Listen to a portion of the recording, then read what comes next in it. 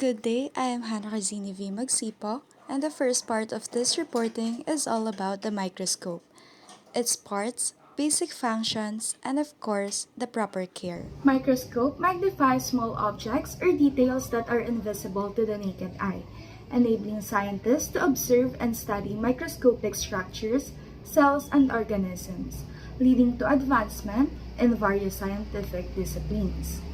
So this comes in various types, and each type has its own strengths and limitations, making them suitable for different applications in scientific research and industry. Proper care of microscopes ensures their reliability, accuracy, and safety. Carry the microscope using both hands by holding the arm and beneath the base. Avoid jarring is important because sudden movements or vibrations can disrupt the alignment of optical components, leading to blurry images or misalignment issues. So these are the following guidelines to keep the microscope and lens system clean. Next slide is how to avoid breaking the microscope. So make sure to handle the microscope with care and avoid any sudden or rough movements. So now, moving on to the parts of the microscope. First is we have the ocular lens or eyepiece. This is closest to the viewer's eye, located at the top of the microscope. This part is used to magnify the image produced by the objective lens. Next is the diopter adjustment. It is a control knob present only in the binocular microscope that is used to change focus on one eyepiece. It is used to correct any differences in vision and compensate for the differences in vision between the viewer's two eyes. Arm. This is the part connecting the base to the head and the eyepiece tube to the base of the microscope. It supports the head of the microscope and is also used when carrying the microscope. Piece. It is a movable circular structure that houses all the objective lenses.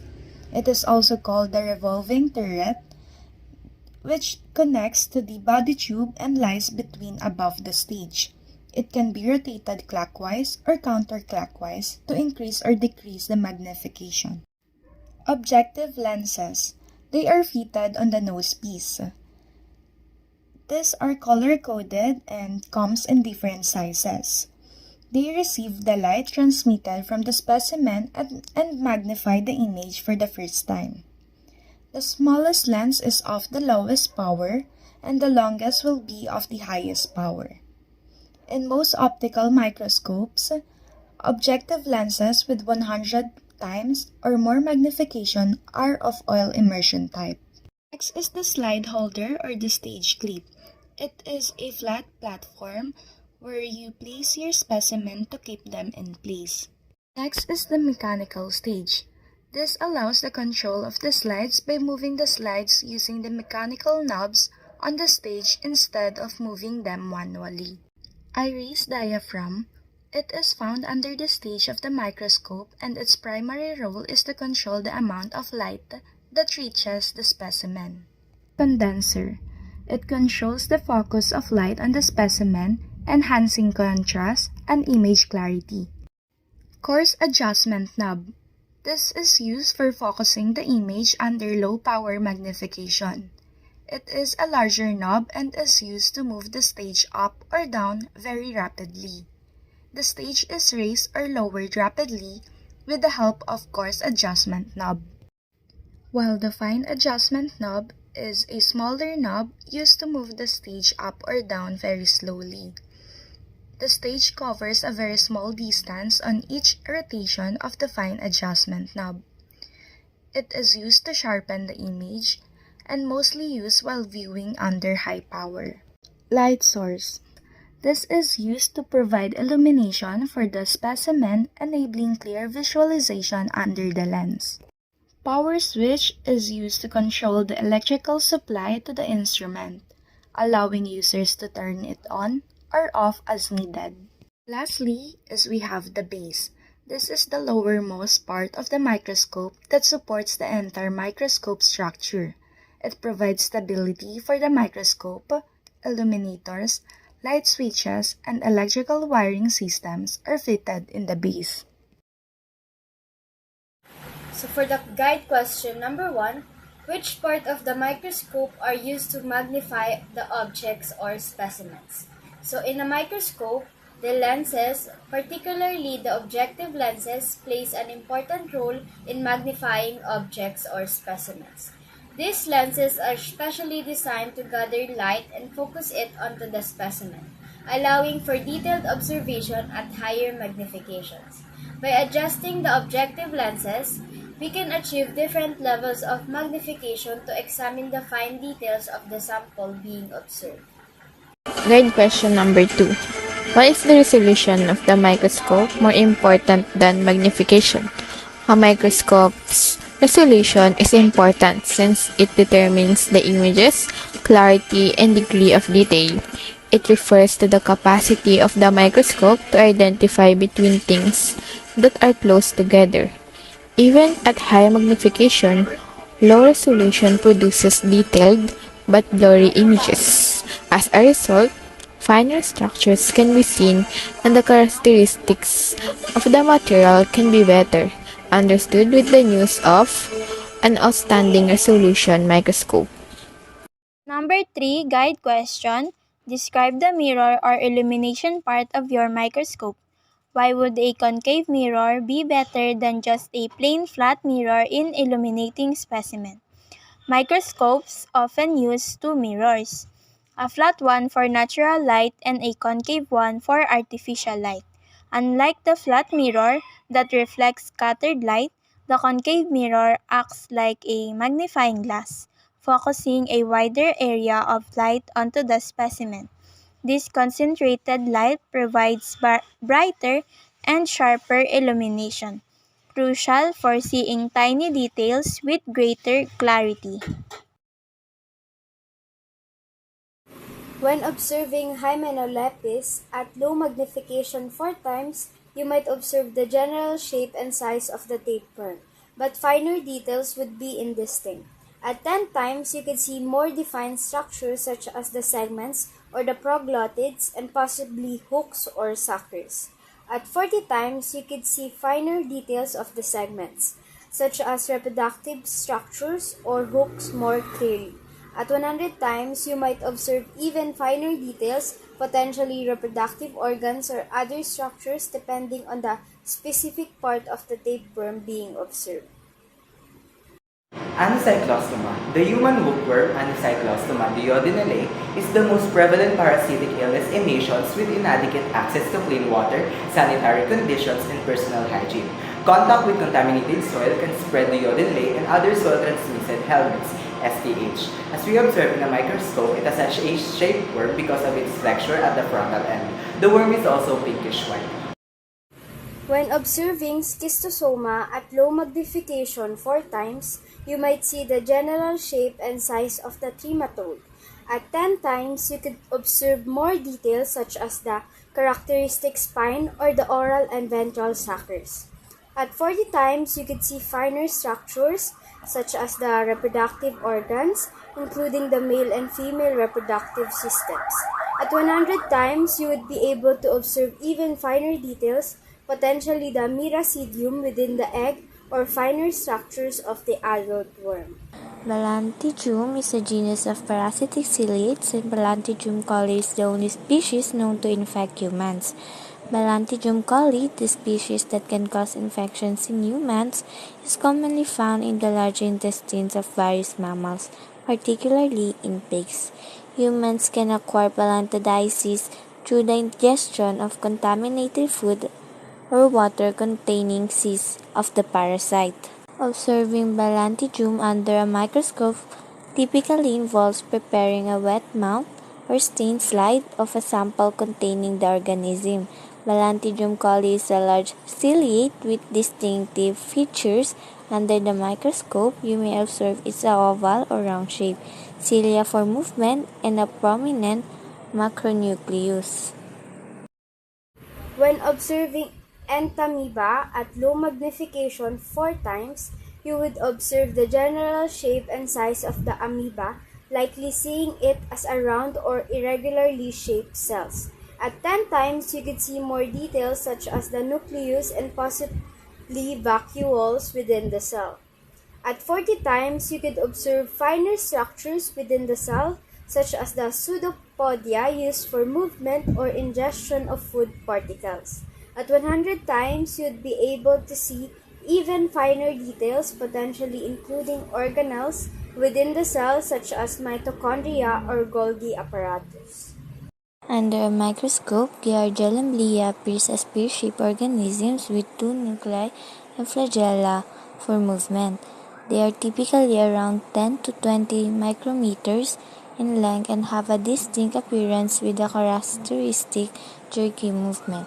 Giardia is a parasitic protozoan that can cause giardiasis, a common intestinal infection in humans and animals. Moraxella, shortened to M, that the bacterium known as the catarrhalis is frequently discovered in the respiratory system of young children and certain primates. For the previous few decades, it was commonly believed that catarrhalis was a generally benign bacteria that hardly ever caused illnesses. In microscopes, it presents itself as a gram-negative diplococcus with flattened abutting sides. Streptococcus pyogenes, also known as a gram-positive bacterium that can cause a range of infections in humans. It is a significant pathogen responsible for various illnesses, including strep throat, skin infection, and more severe conditions such as scarlet fever and invasive diseases like necrotizing fasciitis. Under a microscope, Streptococcus pyogenes appears as a gram-positive cocci arranged in chains and pairs. That cocci are typically round-shaped bacteria, and their arrangement can be a key characteristic for identification. Streptococcus pyogenes does not form spores and it lacks a capsule. Lactobacillus. One of the most prevalent probiotics in foods such as yogurt is lactobacilli. It has a wide range of uses in promoting human health, including the treatment of dermatitis, diarrhea, and vaginal infection. As observed in the microscope, lactobacillus bacteria can be seen as a rod-shaped cells. Pseudomonas aeruginosa is a bacteria that's commonly found in the environment, for example in soil and water.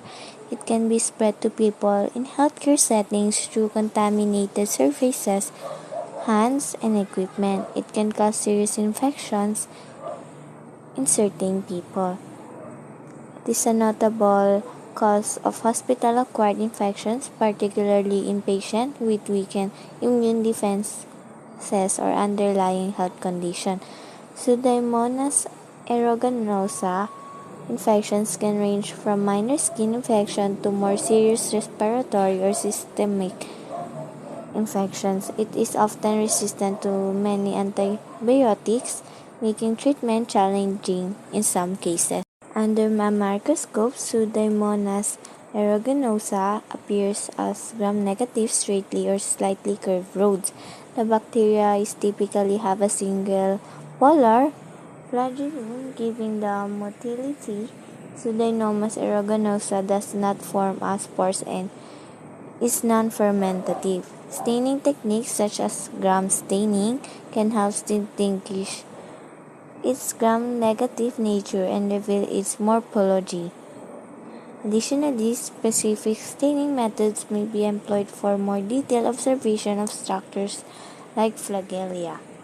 Under a microscope, rhizobium bacteria, commonly found in soil, appear as small rod-shaped cells forming symbiotic relationships with legumes, aiding in nitrogen fixation for the plants.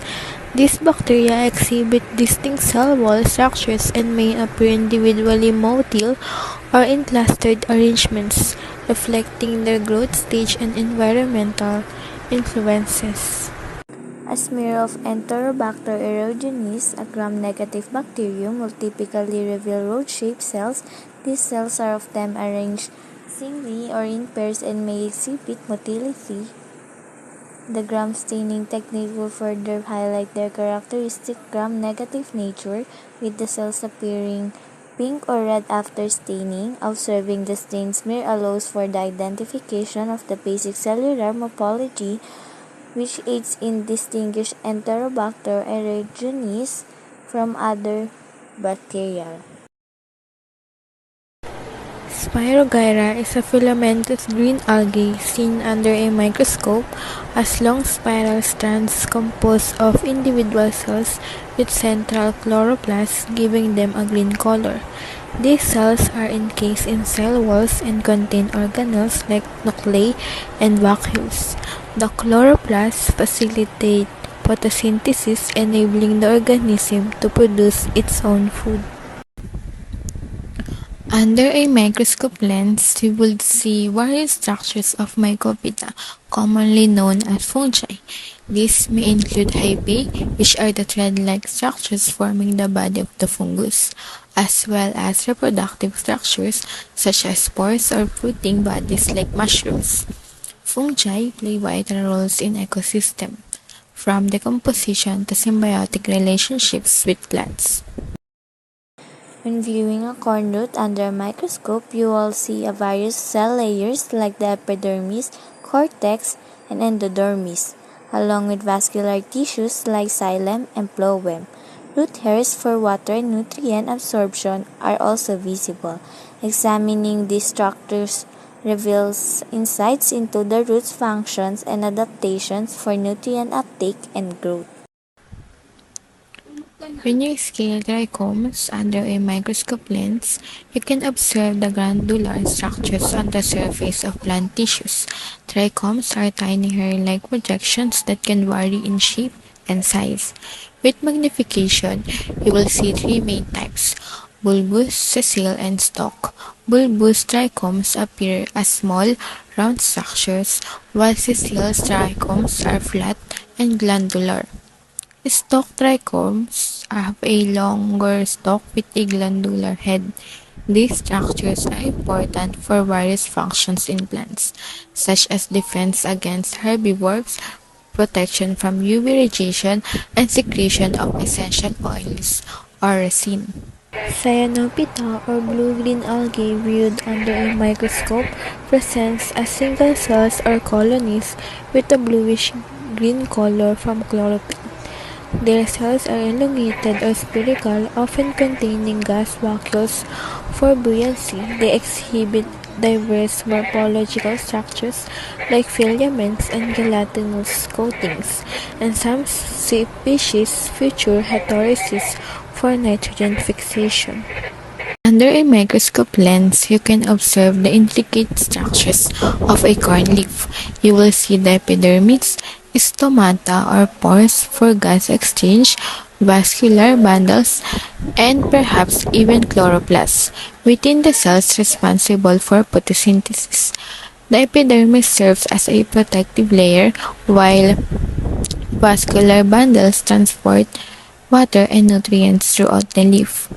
Stomata regulate gas exchange, allowing carbon dioxide to enter for photosynthesis and oxygen to exit. The chloroplasts contain chlorophyll, the pigment essential for capturing light energy during photosynthesis. Overall, it's a fascinating view of the complex biology at work in a simple leaf. Now let's move on to histology. We have mammal duodenum section. The duodenum is the first part of the small intestine located between the stomach and jejunum. This carries out most of the digestive process, absorbing almost all nutrients you get from your foods into your bloodstream. So under a microscope, the mammalian duodenum section reveals the same four layers of wall of duodenum and wall of stomach. We have the mucosa, submucosa, muscularis, and serosa, with microscopic finger-like projections known as villi, which this one increase the surface area for absorption. And between the bases of the villi are tubular glands called intestinal crypts. Brunner's glands may be observed in the submucosa, secreting alkaline mucus to neutralize stomach acid entering the duodenum.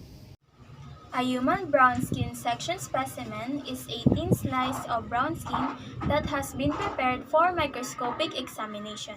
This process involves several steps, including fixation, embedding, sectioning, staining, and mounting the tissue on the slide. By examining a stained section under a microscope, scientists can distinguish the different layers of skin, cell types, and other structures. Next is the human bone decalcified cross-section. So decalcification removes the mineralized matrix of the bone, providing a clearer view of the cellular and structural elements. When the bone is decalcified and observed under a microscope, it reveals the detailed examination of the bone structure, including lacunae containing osteocytes and the larger dots, which are spaces containing blood vessels. We are also able to recognize ostones and the Haversian canal, which is the larger open areas in the bone carrying capillaries and nerves. A human prostate cross-section is a magnified view of a prostate gland sliced from top to bottom. The prostate is a male reproductive gland located below the bladder and in front of the rectum. It produces a fluid that nourishes and transports sperm. A prostate CS specimen stained for microscopic examination allow pathologists to diagnose a prostate cancer and other prostate conditions. The normal prostate tissues has a glandular structure while cancerous tissue often appears disorganized. Next is the cerebrum section. Cerebrum is the largest part of the brain which initiates and coordinates our movement and regulates our temperature. Under a microscope, the human cerebrum appears as a complex network of nerve cells known as neurons, along with glial cells and capillaries. We can see the oligodendrocytes and astrocytes, but the distinct appearance of neurons is not visible under the yellow lens. A mammal spleen section is a magnified view of the spleen, an important immune organ located in the upper left part of the abdomen. The spleen filters blood, removing all red blood cells, debris, and pathogens. It also produces lymphocytes, which are white blood cells involved in immune response. By examining a stained spleen section under a microscope, scientists can evaluate the structure of the spleen and identify any abnormalities.